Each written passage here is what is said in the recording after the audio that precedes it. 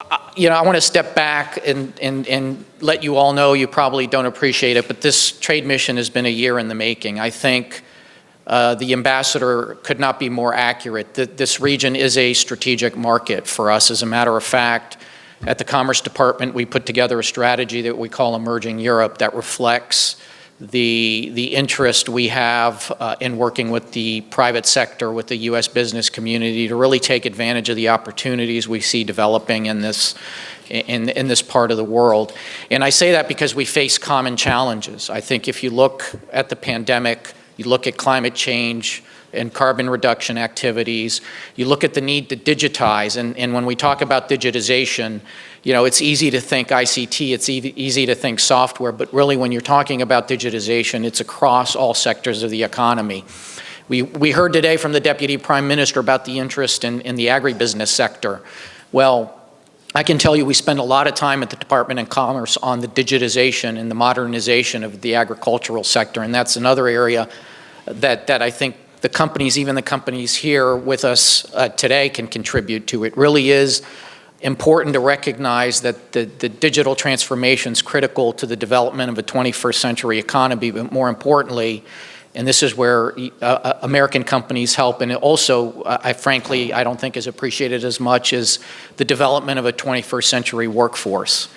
We also had discussions today about putting academic centers and clusters of excellence in the Balkan region to help educate the workforce that we need to be able to apply the types of emerging technologies that we've seen. So again, I thank my team, if I could take a moment, in working with the AmCham, because again, it's been a year, and I'm pleasantly surprised, I must admit, but should not be, that we have so much interest across the board from so many U.S. companies to do work, to partner in the region.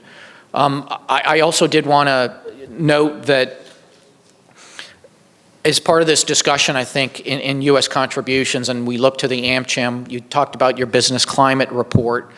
As we develop the business relationship, it's equally important that we develop that relationship with the government. We're very appreciative, under the ambassador's leadership, that we now have the economic dialogue with the Montenegrin government. I say that because, and this is where my battle scars from my days and years in Brussels presents itself, but in my opinion, including in the U.S., you have to work with the private sector, work with the NGO community, work with all stakeholders, because at the end of the day, we're going to make decisions about, as governments, about what we think is in the best interest of our economy, our consumers, and our citizens.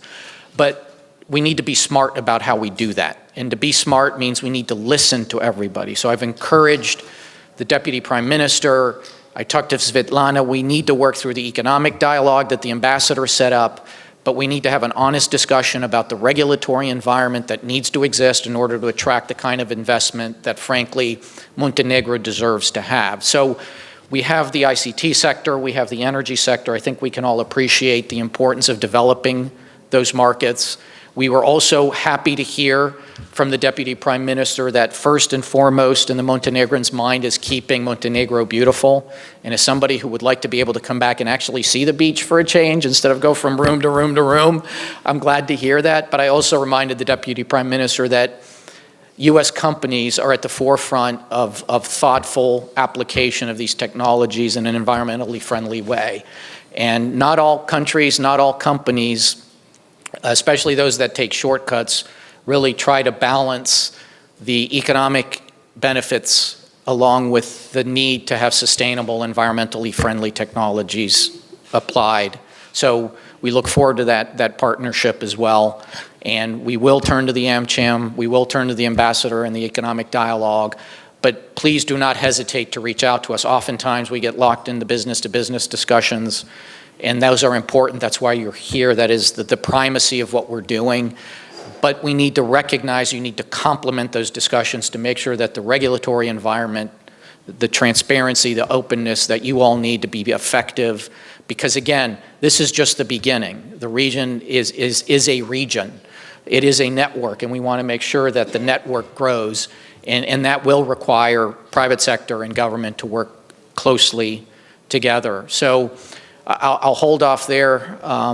You know, again, we're very happy to have the U.S. companies here. We look forward to the business meetings later in the day. And certainly you have a commitment from the Department of Commerce, you have a commitment from the embassy to make sure that this is just the beginning of a much longer discussion.